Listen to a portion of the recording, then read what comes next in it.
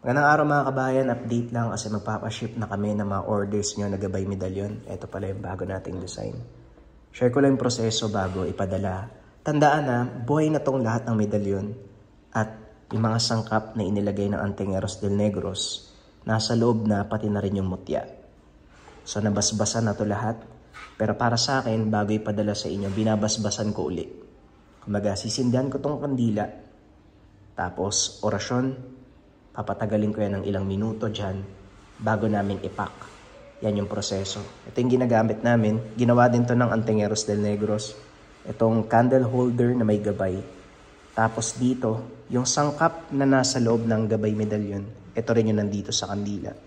Pinag-aaralan pa namin kung maglalabas din kami ng ganito. Pero kung sa inyo, pwede na rin siyang gawin. Kung meron kayo nito, sindi kayo ng kandila. Tapos, dasal lang. Padala na namin to, habol sa mga interes.